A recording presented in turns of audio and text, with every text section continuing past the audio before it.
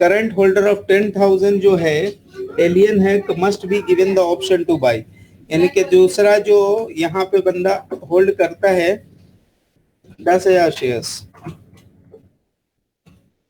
तो इसको ये वैसे परसेंटेज के फॉर्म में अगर बात करें तो ये कितना परसेंट है, 20% है, यानी कि आइडियली इसको भी 20% बाई करने का राइट्स मिलना चाहिए। तो 2000 आंसर मैं एक बार लिख रहा हूं, पर यहाँ भी आंसर्स वेरी कर सकते हैं अगर लैंग्वेज का अगर वो कुछ और मीनिंग होगा तो। बोल रहा है all the following are the characteristic of preferred shares except this, यानी इसमें से बताना है कि सारे कैरेक्टर सही हैं एक को छोड़ के।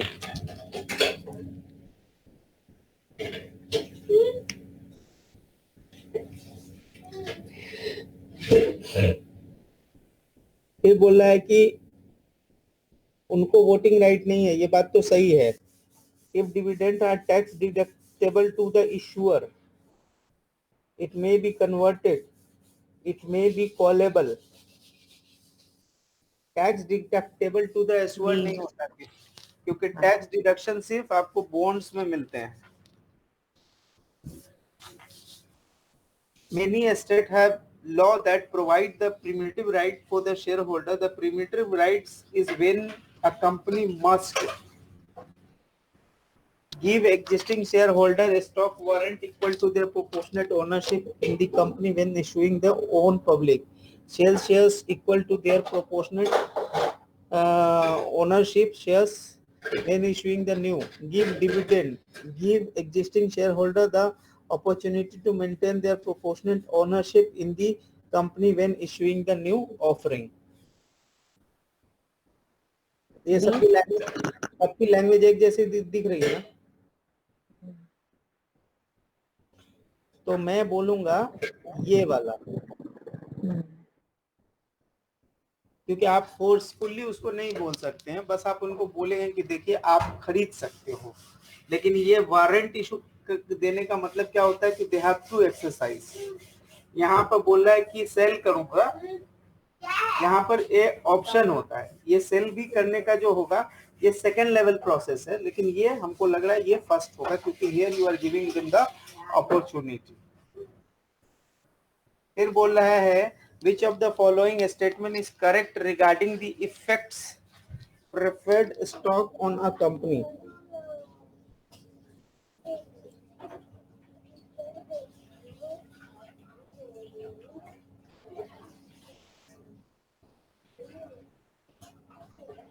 इसमें एक सही है बस।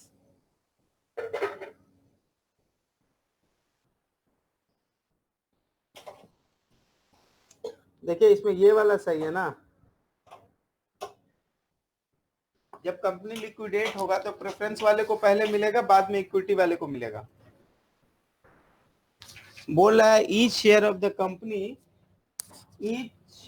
each share of non-participating 8% cumulative preference shares in a company that meets its dividend obligation has all the following characteristics except क्या? voting right, dividend payments that are not taxable by the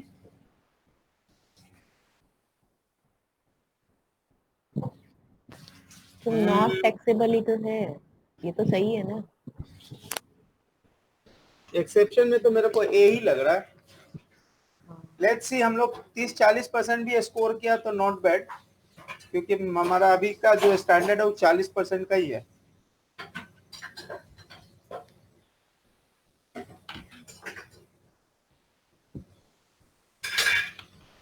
ठीक है, 70% हो गया जी। गलत कौन कौन हुआ, लीजिए भाई। तो थिंकिंग करना ही होता।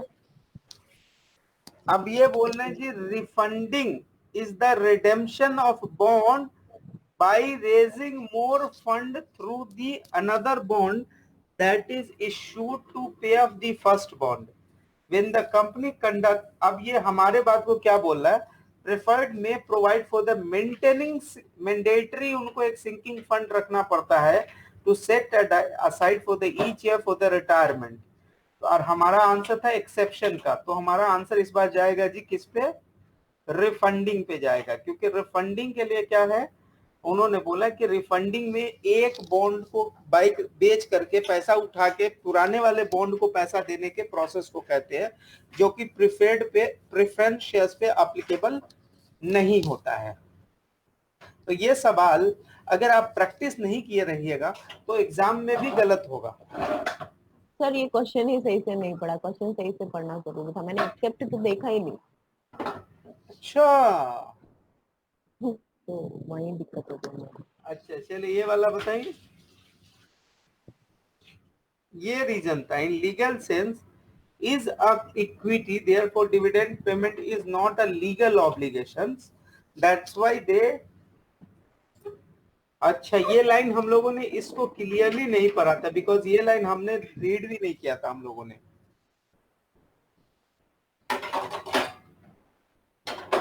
सर कैसे, मेरे को ये क्वेश्चन समझ में ही नहीं आ रहा है। जी कौन सी, बी वाली, ए वाली, दो वाली या एक वाली? सर सेकेंड ही। देखिए बोल रहा है कि फाइनेंस मैनेजर बोल रहा है कि हम एक काम करेंगे, हम प्रेफरेंस इशू करना पसंद करेंगे in comparison to the debentures debts. तो हम लोगों ने बोला था कि preference dividend are often cumulative whereas the interest payments are not. But हम लोग के आंसर्स जो है वो सेकंड लेवल का है। वो किस लेवल का है? सेकंड लेवल पे। देखिए लिखा भी हुआ है, this statement is correct in the preference are over, but however interest is not cumulative because it must be paid every year no matter what amount. So preferences are preferable because even if preference stock dividend is cumulative it does not need to be paid each period। ठीक है, तो हम लोग का line जो है सही है, बट वो सेकेंड लेवल का सही है, ये फर्स्ट क्लास सही नहीं है। लेकिन जो इस ऑब्जेक्टिव्स में जो दिया हुआ था उसमें सबसे करेक्ट जो था वो सी था, क्योंकि इन्होंने बोला दो preference shares some of the character of the bond but payment of dividend is not a legal requirement for the preferred shares, therefore the company does not pay the preference in one period and it is not default on the shares, तो उसको payment in default नहीं माना जाएगा। However interest जो अगर आपने पे नहीं किया तो वो टेक्निकली आप क्या हो जाएंगे, पेमेंट इन डिफॉल्ट हो जाएंगे for the purpose of interest. इसीलिए बेहतर ये होगा फ्रॉम द, यानी अगर सी नहीं होता तो डी हमारा आंसर सही होता, ठीक है। लेकिन चूंकि सी यहां पे है तो that is more logical than D, इसीलिए मेरे को आंसर करना पड़ेगा जी सी पे। ठीक है, वैसे डी गलत नहीं था, बट वो प्रायोरिटीज के हिसाब से गलत था, रैंकिंग के हिसाब से।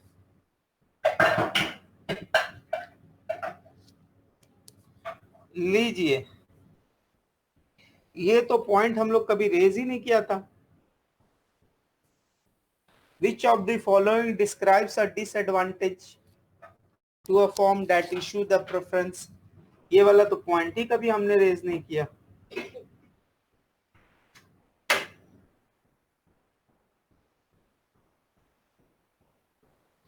ठीक है, तो इसमें हम लोग एकदम सब बंदे पूरे पूरे गलत हैं, क्योंकि हम लोगों ने ये लाइन पे कभी कोई डिस्कशन ही नहीं की कि ये हायर यील्ड के हिसाब से बिकता है। उसकी रीजन ये है, बोल रहा है कि इसकी रीजन क्या है, सर ये बॉन्ड से ज्यादा रिस्की है तो इसका यील्ड भी हाई होगा। हाँ, बट ये पॉइंट्स हमने कभी सोचा भी नहीं था व्हेन वी आर आंसरिंग।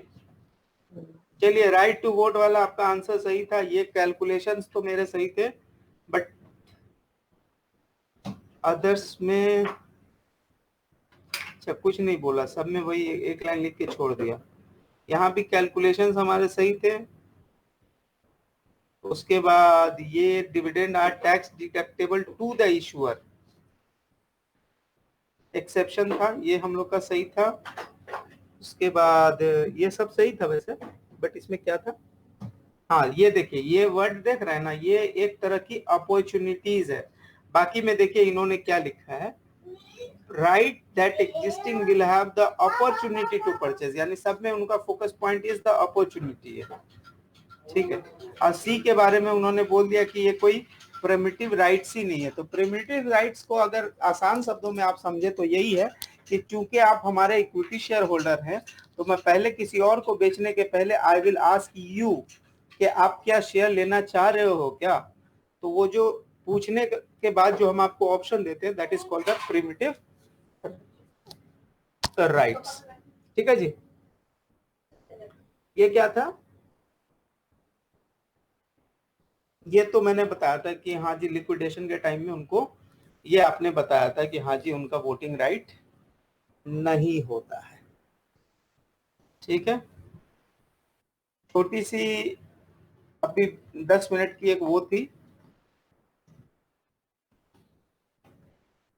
ये बकायदा एक ही सेक्शन से मैं उठाया था ताकि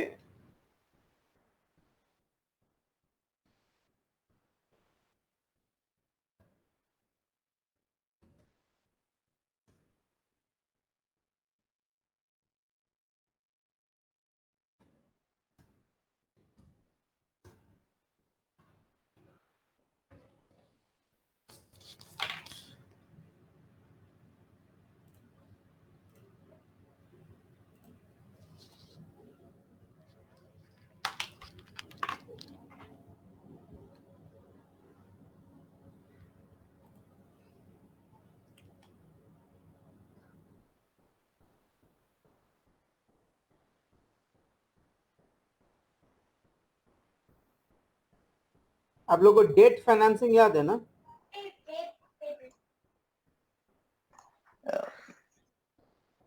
नाम सुना हुआ है, नाम याद है, भूल गए।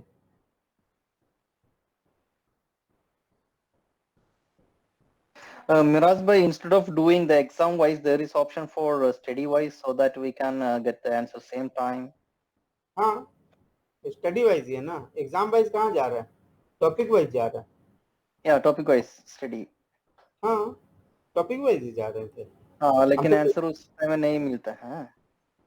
क्या Answer same time we are not receiving the answer only at we the can, end. No we can, but उसका हाँ, okay. प्रोसेस स्लो हो जाता है।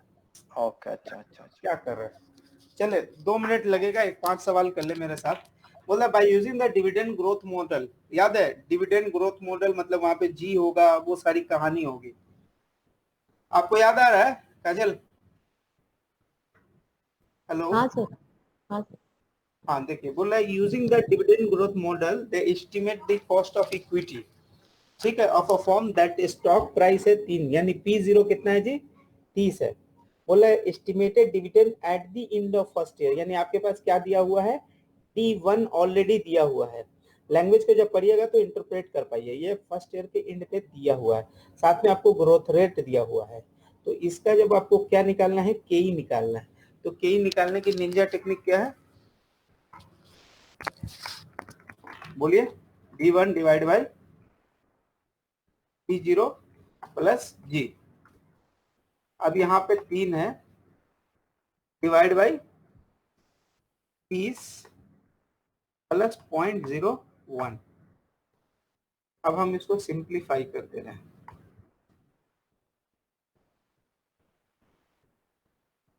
ये सही लग रहा है आपको या कुछ गलत लग रहा है? तो मेरे तो 12 आ गया, पता नहीं जी तो मेरे तो 12 आ गया सर। ऊपर एक्सपेक्टेड डिविडेंड नहीं करते हैं क्या हम? अरे बाबू आपको दिया हुआ है ना भाई, ये at the end of first year दिया हुआ है ना। तो ये तो एंड, अच्छा एंड ऑफ फर्स्ट ईयर। मुझे लगा वो पहले एक्सपेक्टेड डिविडेंड निकालना पड़ेगा, वो 3 का फिर ग्रोथ में ऐड करके 3.3 करके फिर नहीं नहीं, डिवाइड ये करते हैं। इसीलिए मैं आपको स्ट्रेस किया था कि you have to read the language. 20 आना चाहिए भाई, ठीक है, क्योंकि मैं यहाँ पे 0.1 की जगह 0.01 लिखा था। चलो ये थोड़ा सा पढ़ा जाए। ये आपसे मांग रहा है, सवाल इतना बड़ा भी है, बहुत बड़ा लग रहा। अगला आपसे क्या पूछ रहा है? चक्कर आ रिटेन रहा है। नहीं, सवाल इसे तो मैं करवा रहा हूँ ना। अगला बोला रिटेन अर्निंग का हमको कॉस्टिंग बता दो। क्या पूछ रहा है? रिटेन अर्निंग का कॉस्टिंग बता दो, ठीक है जी। तो बोला William Incorporation interested in measuring the overall cost of gathering the following information. William can raise the cash by selling this $1,000 8% 20 years bond with the interest at इतना flotation cost इतना. William can sell 8% the preference shares in the इतना. The cost of issuing this इतना. The common stock is currently selling for the 100 and the firm expect to pay the dividend. Expect to pay dividend next year. यानी आपको यहाँ पे क्या करना है जी? D1 नहीं करना है। ये जो 7 रुपया दिया हुआ है ये आपका क्या है जी? D1 है। बोल रहा है कि रिमेन कांस्टेंट रहेगा, यानी इसमें ग्रोथ नहीं है। क्या नहीं है? ग्रोथ नहीं है। The stock has to be under priced by 3 and the flotation cost are expected to be 5. पहले बोला है कि 1 लाख में बिकता है, सॉरी 100,000 में बिकता है, ठीक है। अब ये बोला कि ये डिस्काउंट पे जाएगा, साथ में इसमें 5% का फ्लोटेशन कॉस्ट होगा, ठीक है। तो मैं आपको बता दूं, ये जो अंडर प्राइस्ड होगा, फ्लोटेशन कॉस्ट पे जाएगा, ये फार्मूला या ये लॉजिक जो होता है वो किस पे लगता है? किस पे लगता है जी? जब आप नया आईपीओ लाइएगा। लेकिन यदि आपके पास रिटेन्ड अर्निंग है तो आप सिंपल कैलकुलेशन कर लीजिएगा, 7 डिवाइड बाई 100, 7 डिवाइड बाई 100, यानी कि आपका आंसर क्या आएगा? 7/100, यानी कि आप बोलिएगा जी 7% रिटेन्ड अर्निंग का कॉस्ट है। कितना आपके लिए कॉस्ट है जी? 7%। ये जो स्टोरी लिखा ये हुआ न्यू आईपीओ से रिलेटेड, बट उसमें से जो काम का इंफॉर्मेशन था वो सिर्फ आपका डिविडेंड था और P0 था। अब ये बोला है जी after tax cost for common stock proposed in first financing alternative. अब इतना कहानी करने का मतलब वो हमसे क्या पूछ रहा है जी? कॉमन स्टॉक का कॉस्ट निकाल दें। क्या बोल रहा है जी? कॉमन स्टॉक का कॉस्ट निकाल दें, ठीक है। अब देखिए कॉमन स्टॉक का कॉस्ट कैसे निकलेगा इस सवाल पे। तो बोल रहा है रोगर के पास जो है chain location the south the study grow कर रहा है, जिसको 48 रेस्टोरेंट है। ये उसके पास फर्स्ट अल्टरनेटिव क्या है? फर्स्ट अल्टरनेटिव ये है कि वो बॉन्ड इशू कर दे, bond that would have a 9% का इफेक्टिव टैक्स रेट आ जाए and would net 19 million after the flotation cost. फिर बोल रहा है जी प्रेफरेंस प्रेफर्ड स्टॉक को ये कर दे 6% का दे दे, जो कि 4.8 का। पापा आपको शाम की 7 o'clock तक आ जाना है, वो भी मम्मा की मेहंदी लेके आए। ठीक है, हाँ। फिर बोला जी common stock that would yield 24 million after 5% of flotation cost. फिर बोला सेकंड ऑल्टरनेटिव ये क्या है? जिसमें वो पब्लिक ऑफरिंग में जाए, बॉन्ड इशू करे 11% का, that would have a net, जिससे नेट इतना का पैसा रिसीव होगा 48 million का after flotation cost. Current capital structure which is consist of the optimal consist of 40% का लॉन्ग टर्म है, 10% का प्रेफरेंस है और 50% का कॉमन स्टॉक है। The current market price for the common stock is how much? 30, तो P0 30 है। The common dividend आपको दिया कि हम common stock dividend for the past year is कितना दिया हुआ है जी? पास्ट 12 मंथ वाज 3 पर शेयर। पिछले साल के हिसाब से आपने निकाल लिया, कितना का है? 3 का है। बोल रहा है वो ग्रो करेगा कितना परसेंट से? 6% से ग्रो करेगा। द इन्वेस्टर ग्रोथ रेट कितना है जी? 6% का। तो 3% जो अभी आपको दिख रहा है 3 रुपया, उस पे ग्रोथ लगेगा। ग्रोथ कितना? 6 लगेगा, तो इसको आप 106% कर दीजिएगा। 106%, तो ये आपका क्या निकल आया? D1 निकल गया। इन्वेस्टर जो बोल रहा है साथ में ये बोला उसके जो कॉर्पोरेट टैक्स है, तो कॉमन शेयर्स में कॉर्पोरेट टैक्स का कोई मतलब नहीं होता है।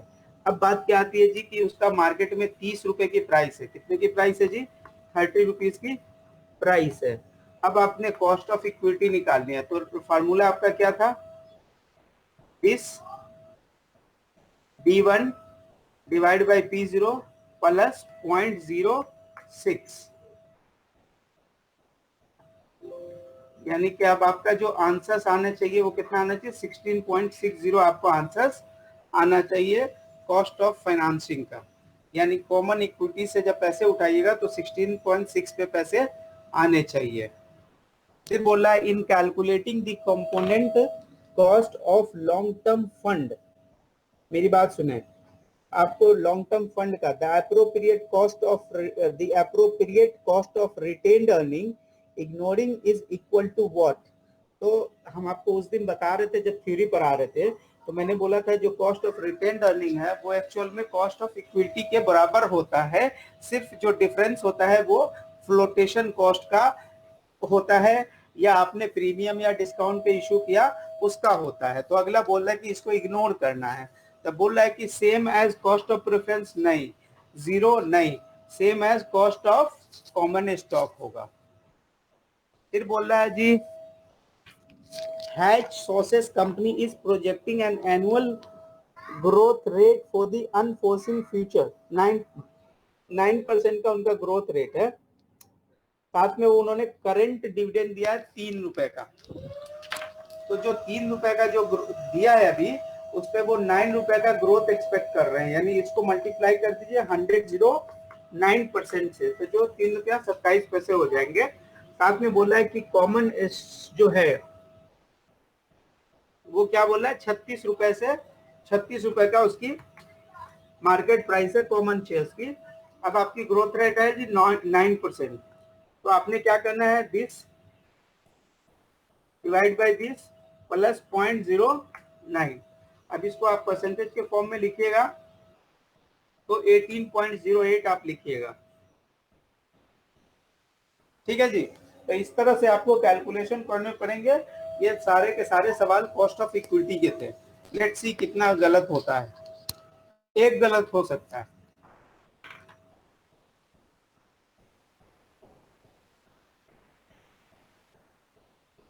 जी, ये वाला एक गलत हो गया।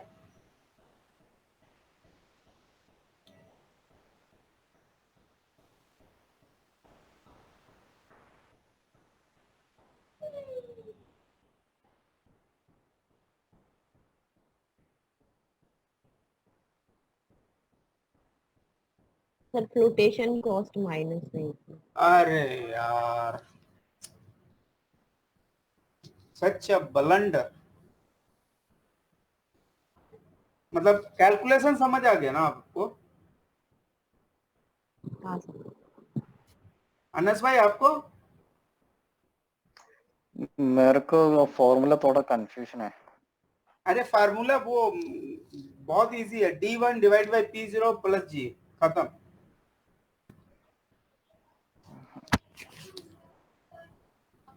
और कुछ नहीं होता फार्मूला। Okay.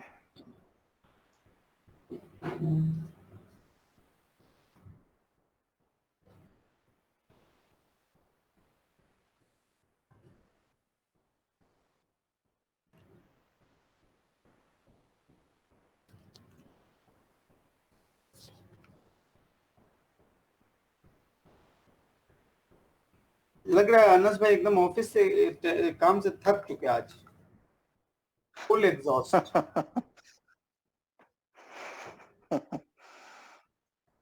क्या बोलते हैं? सच है। हम्म, मैं मेरे तो को आज 8:30 में पहुंचा। मैं आज क्या हुआ, मैं तो 6 o'clock में मैं ऑफिस छोड़ा। मेरे हाथ में इतना दर्द था, मेरे वो दिक्कत हो रहा था काम करने में। मैं बोला यार अब घर जाता। क्या हो गया हाथ में? मेरे को एक्चुअल में वो जब ये हैंड फोल्ड करते हैं ना, तो मेरे को फिंगर पे एक दर्द फिंगर पे थोड़ा सा दर्द हो रहा था आज। ऐसा कुछ टेक्निकल कुछ मसले नहीं है, बट हो जाता है। ओके, आता जाता है इसे। कोई मसला नहीं। फिर आके वो डीप हिट मारा, सोने जा रहा था पर कोई सोने ही नहीं दिया, इंडिया से फोन आ गया। ओके,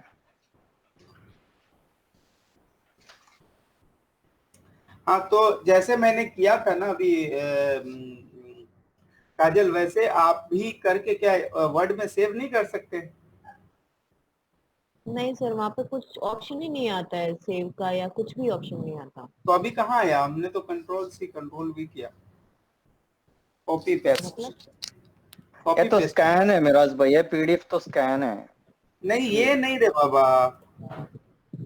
बाबा ये दिस जो हमने अभी अटेम्प्ट ये किया था, वाला। ये ओके, वो अटेम्प्ट किया उसके था। प्रिंट स्क्रीन कर लो और स्नैपशॉट कर लो। नहीं, फ्रेंड अब से। जैसे सर, इसमें ये है कि इसमें सब सारे क्वेश्चंस एक साथ दिखा दिए ना। अब क्लैम में ये है कि मैं क्वेश्चंस प्रैक्टिस कर लिया, आंसर दे दिया, रिव्यू आता है, तो आपको नेक्स्ट नेक्स्ट करके हर क्वेश्चन देखना पड़ता है, सारे साथ में नहीं आते, तो वो प्रिंट कॉपी पेस्ट भी नहीं होता। अच्छा अच्छा, तब पे जान दे यार। खैर, वैसे मैं सीएम में पास हुआ हूँ, देखिए 26% प्रैक्टिस करके, 22% प्रैक्टिस करके, इतना। ये आपका है? हाँ मेरा भाई।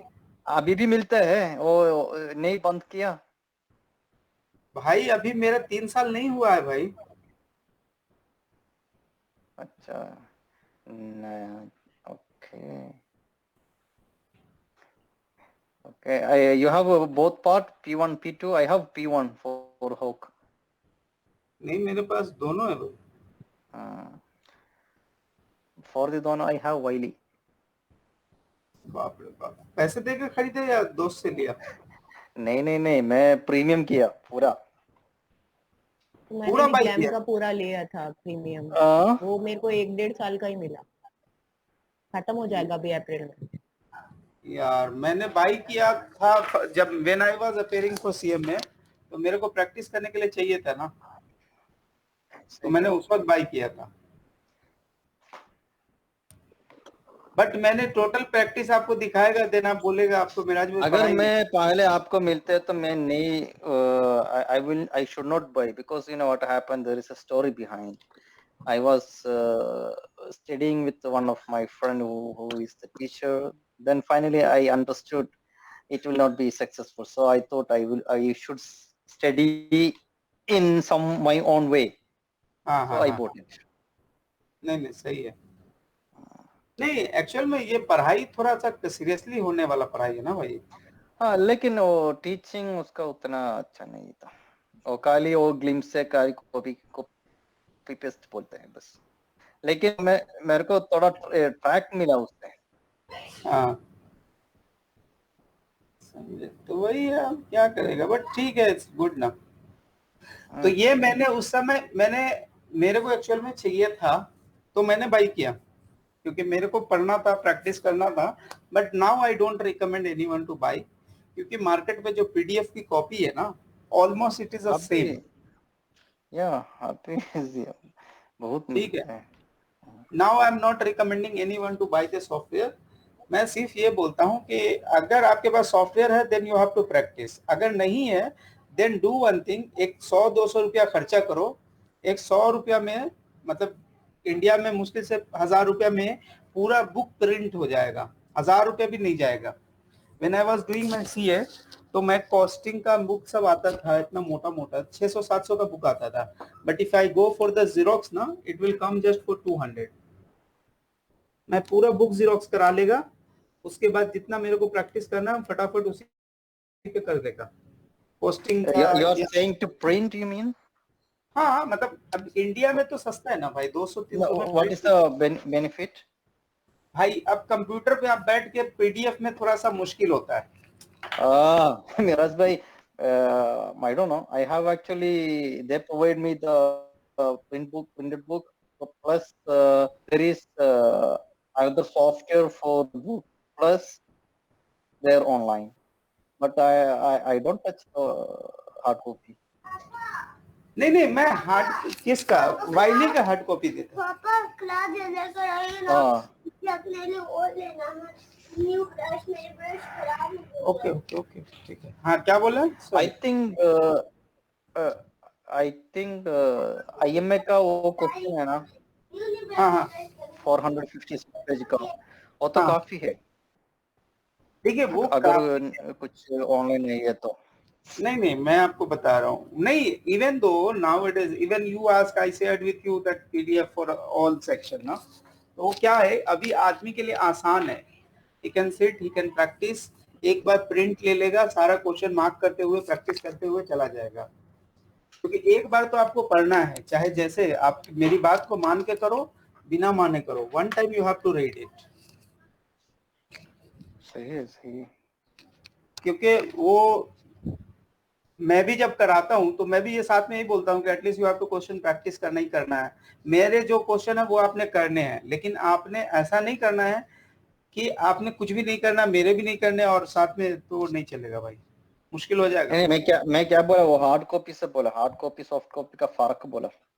नहीं नहीं, हार्ड कॉपी में मैं इसलिए बोलता हूँ ना समटाइम कि PDF से बहुत आदमी को पढ़ने में दिक्कत होता है, तो वो हार्ड कॉपी बनाएगा ना, देन ही कैन ट्रैक, वो क्या होता है प्रॉपर ट्रेल रहता है कि हम कौन सा पेज नंबर में कहाँ तक पढ़ के छोड़ा था, सो सही है दैट ही सही कैन है, start from next year. That place is. वो एक सिर्फ ट्रेल के लिए, बाकी और कुछ नया उस पर कोई कहानी नहीं होता।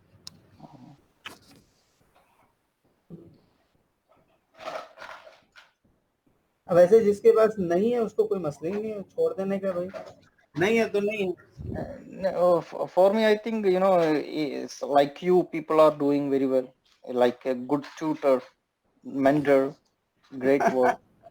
Really, I'm नहीं saying really, because actually we need some kind of pushing, not only the materials availability. नहीं, We need मटेरियल से तो आप नहीं पढ़ सकते हैं, that is impossible. because some pushing now. Nowadays, at any cost, we are trying to reach at this time to sit in front of you. At least आप 2 घंटा मेरे साथ पढ़ते हैं तो उसमें कम से Yeah, कम 20 मिनट का ही पढ़ाई, इफ यू रिटेन इट, तो खुद से जब पढ़ेगा तो एटलीस्ट वो कैपिटलाइज हो जाएगा, सही बात वो है। है। चले एक छोटा सा टॉपिक करते हैं, we have around 10-15 minutes, we can do it. देखिए सबसे पहले द कैपिटल रेजिंग कंसर्न, ठीक है, ये एक छोटा सा टॉपिक है, वेरी थ्योरेटिकल, हो सकता है कि इसमें भी एग्जाम में एक आध क्वेश्चन रख देगा। तो बोलता है कि जब आप कोई कैपिटल रेज करते हैं, ठीक है, तो कैपिटल रेज में मैंने आपको उस दिन समझाया था primary market and secondary market. तो हमने आपको बताया था कि व्हेन यू से द प्राइमरी मार्केट, तो प्राइमरी मार्केट में क्या होता है जी, जब कोई आप IPO लाता है then you always choose the primary market, क्योंकि प्राइमरी मार्केट में IPOs होते हैं। फिर दूसरा क्या होता है जी, सेकेंडरी मार्केट में होता है जो हम आप जो शेयर्स में डील करते हैं, ट्रेड करते हैं, तो वो सेकेंडरी मार्केट होता है, क्योंकि you buy the shares, I buy the shares, I sell the shares, ये सारे काम किससे होते हैं, DP के थ्रू होते हैं, ठीक है।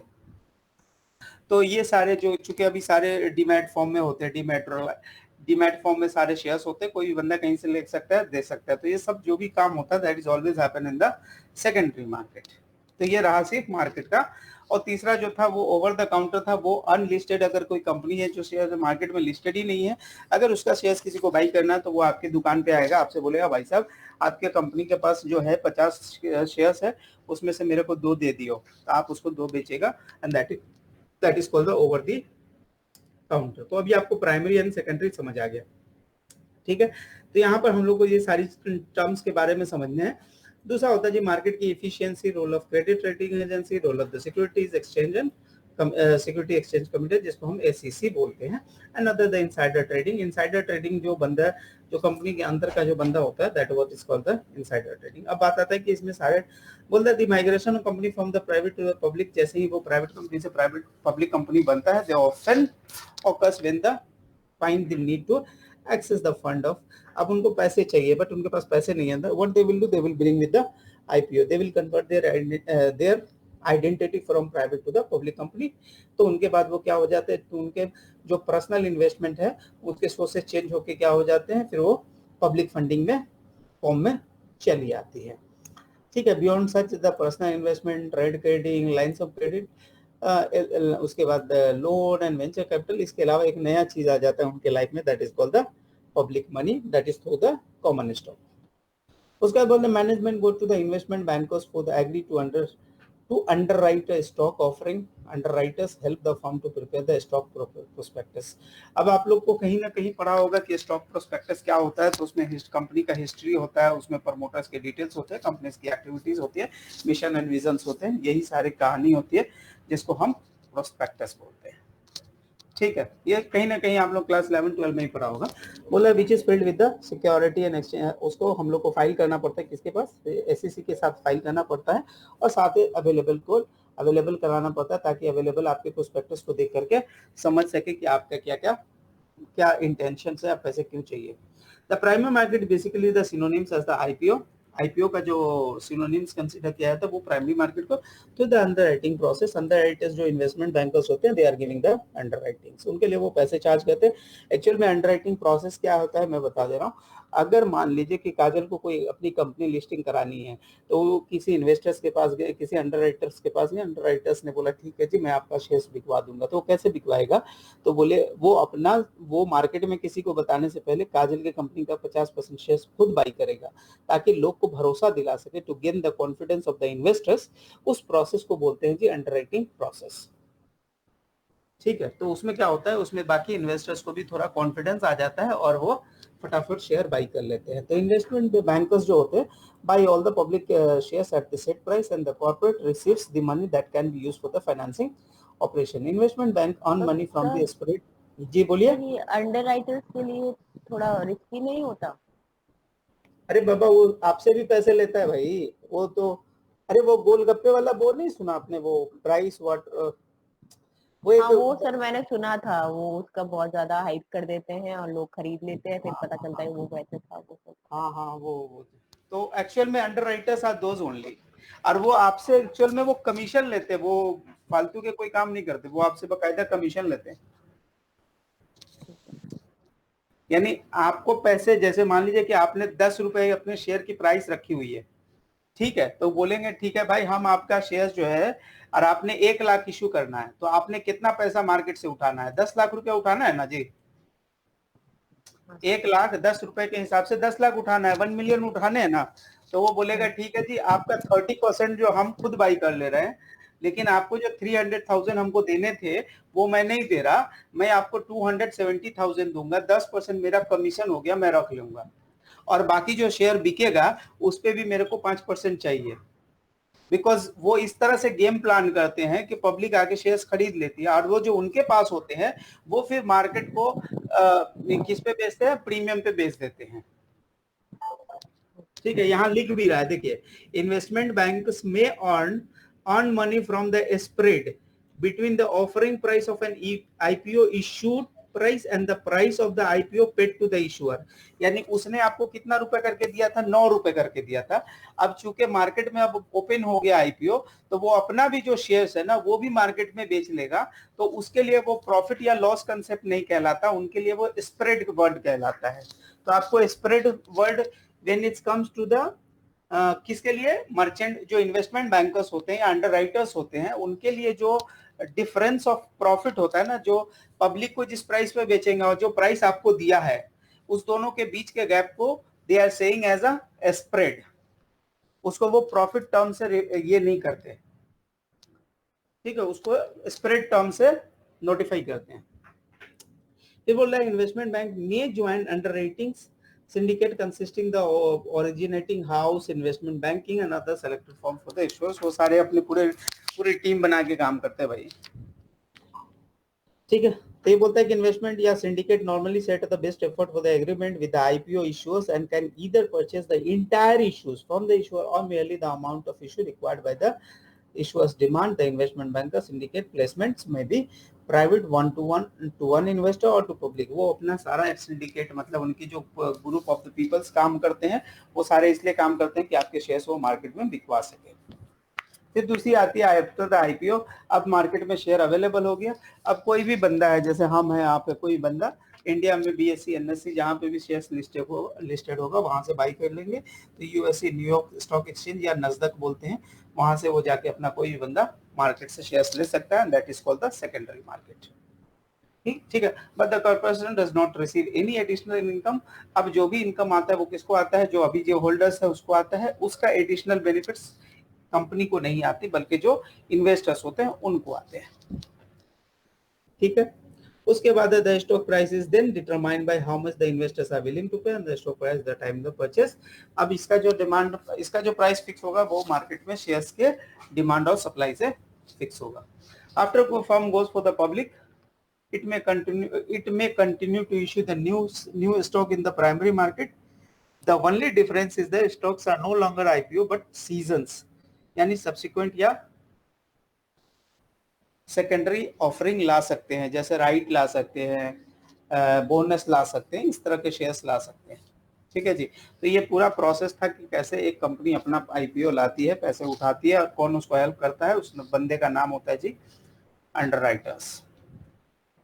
ठीक है, अंडरराइटर्स की जो प्रॉफिट होती है उसको स्प्रेड करते हैं, उसके बाद जो सेकेंडरी मार्केट में जो भी प्रॉफिट या लॉस होता है उससे कंपनी को कोई पैसे नहीं मिलता, उससे जो कंपनी जो इन्वेस्टर्स होते हैं उनके या प्रॉफिट या लॉस होते हैं। अब आती है जी हाइपोथेसिस, इफिशिएंट मार्केट हाइपोथेसिस। ये बड़ा थ्योरी चीज है। यहाँ पे बोलता है कि the US security markets are relatively efficient. ठीक है, तो market quickly reflect the information relevant to the value of security. तो मार्केट में जो इन्फॉर्मेशन आती है, जो शेयर से रिलेटेड इन्फॉर्मेशन तुरंत आती है। ठीक है, उसके बाद the idea of market efficiency is called the efficient market hypothesis. एक थ्योरी है, इसके 3 फॉर्म्स है, यानी या तो वो बहुत स्ट्रॉन्ग फॉर्म में काम करेगी, सेमी स्ट्रॉन्ग फॉर्म में, नहीं तो वीक फॉर्म में। अब बोलता है कि जो पब्लिक इंफॉर्मेशन है, कोई भी इंफॉर्मेशन चाहे वो पब्लिक हो या प्राइवेट हो, is incorporated in the security price, so insider cannot earn the abnormal profit। अब आपसे मैं पूछूंगा जी इनसाइडर्स कौन होते हैं, तो मैं बता दे रहा हूँ। इनसाइडर्स वो होते हैं डायरेक्टर, एम्प्लॉइज, डायरेक्टर की वाइफ, बंदे, बच्चे, एम्प्लॉइज। चूंकि उनको पता होता है कंपनी ने कोई बड़ा सा कोई काम करना है, बड़ा सा काम यानी कंपनी को कोई नया प्रोजेक्ट लग रहा है या कंपनी जो है लॉस मेकिंग है, कंपनी डूबने वाली है, तो वो इनसाइडर ट्रेडिंग, इनसाइडर वाले जो बंदे होते हैं उनको पहले पता होता है, तो वो अपना शेयर्स होल्डिंग बेच देंगे और अपने पैसे को डूबने से बचा लेंगे। तो जो स्ट्रॉन्ग फॉर्म होता है, जहां पे बोला जाता है कि उनकी जो शेयर्स होते हैं उसमें इनसाइडर वाले जो बंदे होते हैं उनको बहुत ज्यादा फायदा नहीं होता, क्योंकि उनके जो भी इंफॉर्मेशन है उससे उनकी प्राइस क्या होती है, बहुत क्लोजली कनेक्टेड होती है। तो इनसाइडर वाले जो है उनको कोई फायदा नहीं हो पाता, ना इधर वो एबनॉर्मल प्रॉफिट कर पाते हैं in term of gaining the prices, और neither in term of abnormal profit, मतलब कि प्राइस अगर एकदम हटाक से नीचे गिर गया तो उससे भी उनको बहुत बड़ा नुकसान नहीं होता, तो दे कैन सेव देमसेल्फ। तो ये जो स्ट्रॉन्ग फॉर्म होते हैं, ये थ्योरी बोलती है जी कि उनके जो भी इंफॉर्मेशन है वो प्राइस के साथ इंटैक्ट होते हैं, तो उसमें इनसाइडर को बहुत ज्यादा फायदा नहीं होता। पापा अभी 10 o'clock हुई है, 10 o'clock 6 मिनट हुई है, 10 o'clock बस 10 o'clock की 10 o'clock में आपको अपनी क्लास को बंद करना है। 10 o'clock से 10 o'clock। सेमी स्ट्रॉन्ग फॉर्म्स बोलता है कि holds that all publicly available information, no private information is incorporated. यानी यहाँ पे सिर्फ पब्लिक इंफॉर्मेशन इनकॉर्पोरेटेड है, यानी कि प्राइवेट, यानी पब्लिक इंफॉर्मेशन का मतलब जो कंपनी अपने वेबसाइट पे यानी स्टॉक एक्सचेंज के साथ जो इंफॉर्मेशन को सबमिट करता है, that is called the public information. Private information का मतलब कंपनी को कोई नए कॉन्ट्रैक्ट मिले हैं, कंपनी के हाथ से कोई कॉन्ट्रैक्ट छीन गई है, this are information is called the private information. ठीक है जी, तो इन्होंने बोला कि सिर्फ पब्लिक इंफॉर्मेशन से उनकी प्राइस में इंटैक्ट होती है, इंपैक्ट होता है, लेकिन प्राइवेट इंफॉर्मेशन से नहीं होता, तो इसको बोलते हैं जी सेमी स्ट्रॉन्ग। तो यहाँ पे उन्होंने बोला है कि इनकॉर्पोरेटेड एंड एबनॉर्मल रिटर्न बना सकते हैं कौन, इनसाइडर वाले, based on the private information. Weak form में होता है जहाँ पे उनके प्राइस को कोई मतलब नहीं होता। Hold that security reflect all recent price movement only, so that the technical analysis will not provide the basis of abnormal return. Insider information is needed।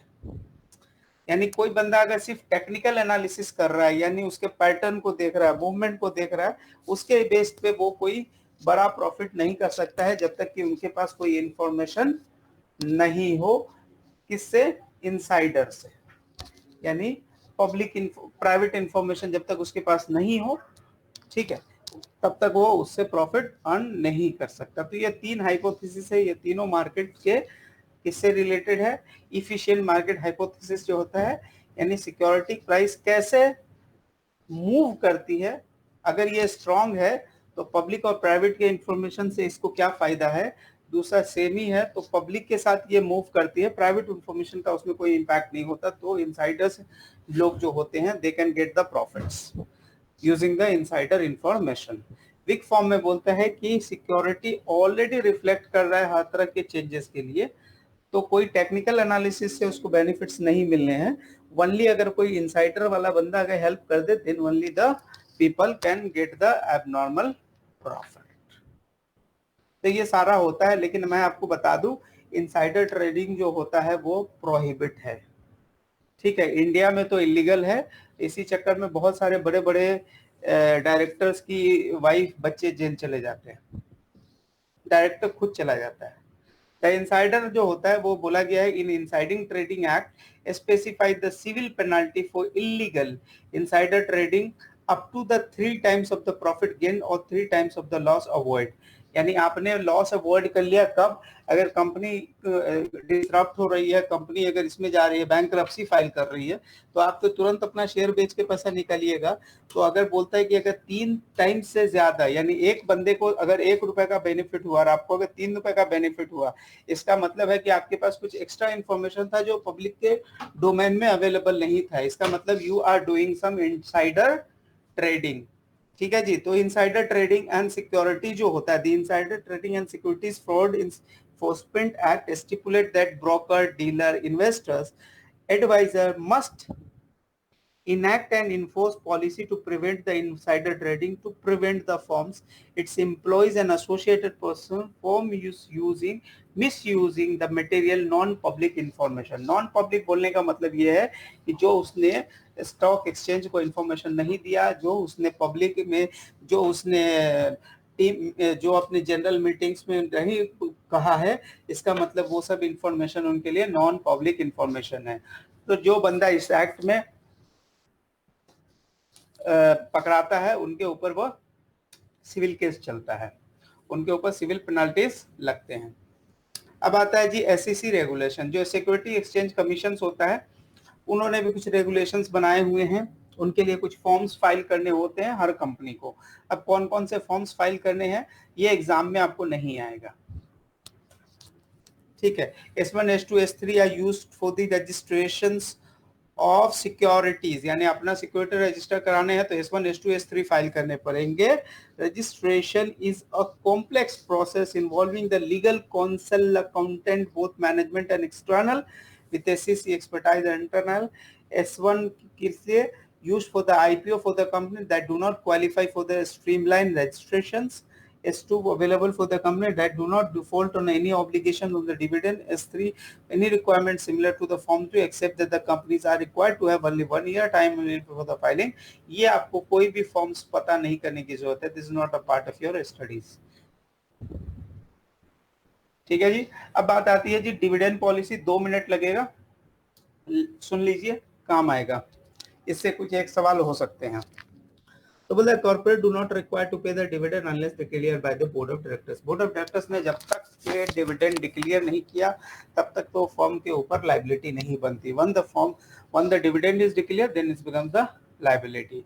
The firm usually pay the cash dividend quarterly but they may also dividend in any kind in form of the stocks, ठीक है। अब उन्होंने बोला कि ये form kinds में भी दे सकते हैं और स्टॉक्स में। कैश स्टेट में किस लिए देते हैं? कैश बेसिस पे दे सकते हैं, चेक्स में दे सकते हैं, या फिर अभी क्या है कि वो ऑनलाइन ट्रांसफर से आ जाते हैं आपके बैंक अकाउंट में RTGS NEFT के थ्रू, ठीक है। उसके बाद होता है डिविडेंड इन काइंड का मतलब क्या होता है? कभी कभी अदर देन कैश में दे सकते हैं, कुछ दूसरे ऑप्शन में दे सकते हैं। इन द पास्ट वेरेंगली च्युइंगम जो है उसने डिविडेंड दिया था किसमें? गम में, यानी च्युइंगम दिया था, बोला भाई तुम लोग को च्युइंगम ही मिलेगा।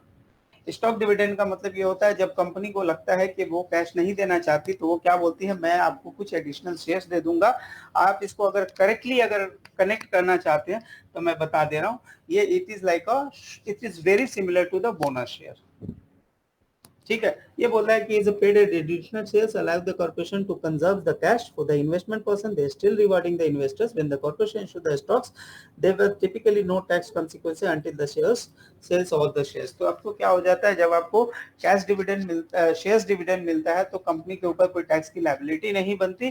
टैक्स की लायबिलिटी तभी अराइज होती है जब कोई शेयर्स बेचता है, तो वो बचत हो जाती है, टैक्स बचा लेते हैं कंपनी अपनी पेमेंट्स के लिए।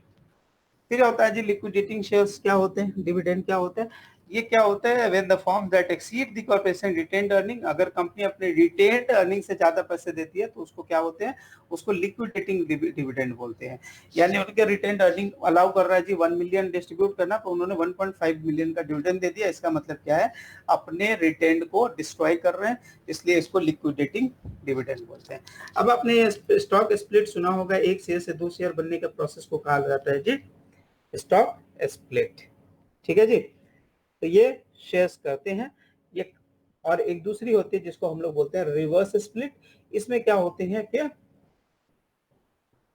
अच्छा, ये करने की रीजन क्या होते हैं? क्योंकि वो अपने शेयर्स को इसलिए लोअर प्राइस पे कर सकते हैं ताकि लोग ज्यादा अपीलिंग हो जाए, मार्केटिंग को बढ़ाने के, स्टिमुलेट का मतलब एनर्जेटिक करने के लिए। ठीक है जी, और कोई अदर रीजन नहीं होता है। क्योंकि हाई प्राइस हो जाती है तो शेयर्स जो इन्वेस्टर्स होते हैं they are reluctant to buy, they don't want to buy. तो इसमें क्या होता है कि बहुत हाई प्राइस में चली जाती है, जैसे हमारे अब हम लोग नहीं बाई कर पाएंगे। अभी अगर जब उसको छोटा करेगा then only I can buy the shares. ठीक है, अब जैसे रिलायंस का जो 2000 का शेयर है, तो हर बंदा कहाँ से उसको बाई कर सकता है? तो Reliance will come to the split, वो 100 रुपए में करेगा, देन आई विल बाई। ठीक है, फिर बोल रहा है दे रिवर्स स्प्लिट कब होता है? जब उनको लगता है कि उनके प्राइस बहुत लो प्राइस पे जा रहे हैं। ठीक है, अभी एक बंदे को 100 शेयर खरीदना पड़ रहा है, तो उसके उसलिए क्या करते हैं? रिवर्स स्प्लिट कर सकते हैं, 100 शेयर को मिला के वो एक शेयर बना देते हैं। कब?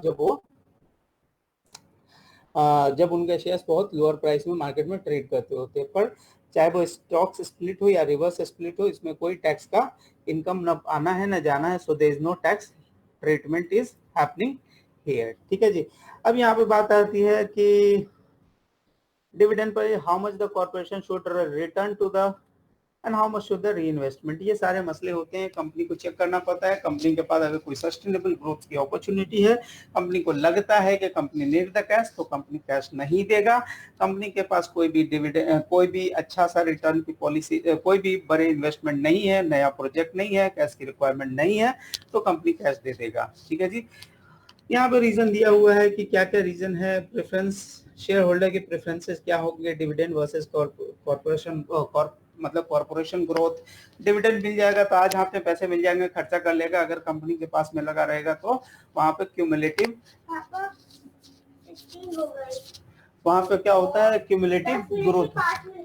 हाँ, वहां पे ग्रोथ क्या होता है? क्यूमुलेटिव हो जाता है। दूसरा होता है जी लिक्विडिटी, कंपनी को कैश पोजीशन मेंटेन करना होता है, then only company can not declare the dividend.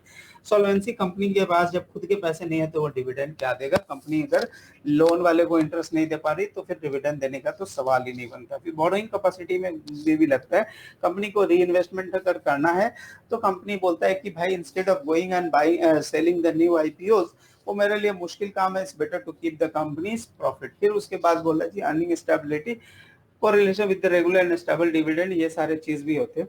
And last but not the least is the opportunities. अगर उनको लगता है कि री इन्वेस्टमेंट में ज्यादा ग्रोथ है, then he will not give the dividend, he will just go for the reinvestment. ठीक है, फिर उसके बाद capital improve, basic dividend policies क्या हो सकती हैं? पैसिव रेसिडुअल्स, अभी 4 मिनट बचे हैं। Stable dollars, constant growth, smaller regulars. ये इसमें कोई बहुत साइंस नहीं है, तो इसको अगर एक बार देख लेंगे तो ठीक है, नहीं देखेंगे तो भी ठीक है, कोई मसला नहीं है, इससे कोई सवाल नहीं आते। हाँ, एग्जाम का ये बहुत बड़ा सवाल है। देखिए 4 पीरियड्स आपके लिए इंपॉर्टेंट होते हैं। सबसे पहला होता है जी डिविडेंड का डिक्लेरेशन डेट, जब आपने डिविडेंड डिक्लेयर किया। ठीक है, जब आपने डिविडेंड डिक्लेयर किया उस टाइम में आपकी क्या हो गई जी? इसका मतलब ये क्या हो गया कि आपकी रिटेन्ड अर्निंग निकल गई, अब वो क्या हो गया जी? डिविडेंड पेबल हो गया। यानी इसकी जर्नल एंट्री क्या होगी? डिविडेंड पेबल क्रेडिट हो गया, रिटेन्ड डेबिट हो गया। ठीक है जी, ये एक काम हो गया। दूसरा होता है जी एक्स डिविडेंड डेट। इसका मतलब ये होता है कि date set by the stock exchange. ये क्या बोलता है? Allow the exchange time to record the ownership changes. यानी यहाँ तक जो है कंपनी अलाउ करता है जी कि इसके ओनरशिप को कौन एक्सेप्ट करेगा, यानी इस दिन वो ओनरशिप एक्सेप्ट करते हैं कि ये शेयर का ये ओनर्स है। अब ये को हम, यानी मान लो कि एक पार्टिकुलर डेट देगा कंपनी, स्टॉक एक्सचेंज बोलेगा कि इस तारीख तक जिसके जिसके हाथ में ये शेयर है, एक्चुअल में they are the shareholders, they are the owners, they will get the dividend. ठीक है, तो इसको बोलते हैं जी एक्स डिविडेंड डेट। ये बोलता है कि if the record date is 3 March, ex dividend record date is 27, the investors who purchase the stock prior to 27 are eligible on March 3 dividend, यानी 3 तारीख के डिविडेंड के लिए वो मार्च में क्वालिफाई कर जाएंगे। वो बोल रहा है कि 27 के बाद जो बंदों ने शेयर्स खरीदा है वो एक्चुअल में इस साल में नहीं बल्कि नेक्स्ट ईयर में वो माल में वो नेक्स्ट ईयर में उनका एंटाइटलमेंट बनेगा, इस साल में उनका एंटाइटलमेंट नहीं बनेगा।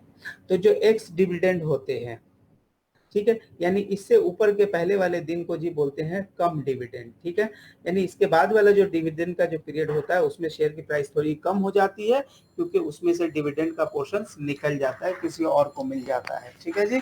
उसके बाद आता है जी शेयर्स रीपर्चेज, इसको हम लोग ट्रेजरी स्टॉक बोलते हैं। यहाँ पर क्या होता है, आप अपने शेयर्स को क्या करते हैं, बाई बैक कर लेते हैं। उसमें बहुत सारा ये ऑप्शंस है, क्या क्या ऑप्शंस है। कंपनी होल्ड द रीपर्चेज, वो किस लिए करता है, ताकि फ्यूचर में क्या कर ले, वो ई शॉप्स के लिए यानी एम्प्लॉयज स्टॉक स्कीम में दे दे, या कोई रिटायरमेंट प्लान में दे दे, मर्जर एक्विजिशंस में दे दे, वो कैंसिल नहीं करता बल्कि अपने पास ही उसको रखे रहता है एज अ ट्रेजरी। तो ये सारे पर्पस में यूज कर लेता है। The company on aims to raise the stock price, क्योंकि मार्केट में जब सप्लाई कम होगी तो ऑब्वियस सी बात है डिमांड ज्यादा होने के कारण उनके प्राइस बढ़ जाएंगे। ठीक है, तो यहाँ तक जो भी चीजें थी, अगर आप एक बार पढ़ लीजिएगा तो ठीक, नहीं पढ़िएगा तो बहुत ठीक।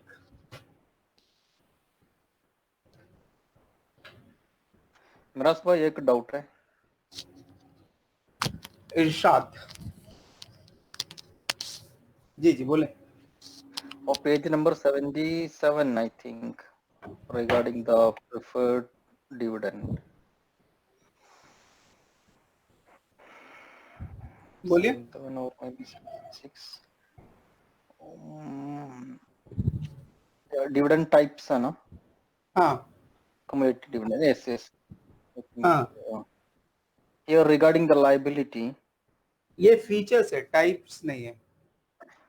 no, there is a dividend, cash dividend, stock dividend, I said. हाँ हाँ हाँ, वो तो डिविडेंड के, हाँ कितने तरीके से डिविडेंड दे सकते हैं। यस बोलिए, ये डिविडेंड है। Okay, 79 में ना, okay, fine. हाँ, Here, when be the liability due? Once declared only. This is once what that is, declared, yes exactly. okay. How about और the ये, preferred cumulative preference shares? अरे preference को dividend declaration से कोई मतलब ही नहीं होता, वो तो पहले से ऊपर ही रिक्विजिट्स है। आपको जैसे आपने बेचा था उसी दिन आपका वो हो गया। अब कंपनी के पास पैसे नहीं है तो वो इक्विटी वाले को डिविडेंड ना दे, क्योंकि अगर वो इक्विटी वाले को dividend, yes okay, dividend declaration is not applicable for the preference shares. No, Because we will be making they the are liability already, yes. cumulative. हाँ वो लायबिलिटी अप्रूव होता है शुरू डेट से। ओके, क्लियर हो गया, थैंक यू। ओके भाई, thank you. ये एक रीडिंग कर लीजिएगा, क्योंकि second question is very very very important. यहाँ से तकरीबन 4 सवाल आते हैं एग्जाम में, 4 से 5 सवाल, और एक ऐसे भी आ सकते हैं। तो पीछे का अगर आप पढ़ के रखते हैं तो अच्छा है, ताकि आप पीछे से आजाद रहिएगा, अदरवाइज ये सब आज जाके आपके टेबल पे पाइल अप हो जाएगा। ठीक है भाई, तो यही है आज का आप लोग से request. And this whatever the questions we did today, I will just share in your email so that आप एक बार चेक कर लो क्या है क्या नहीं।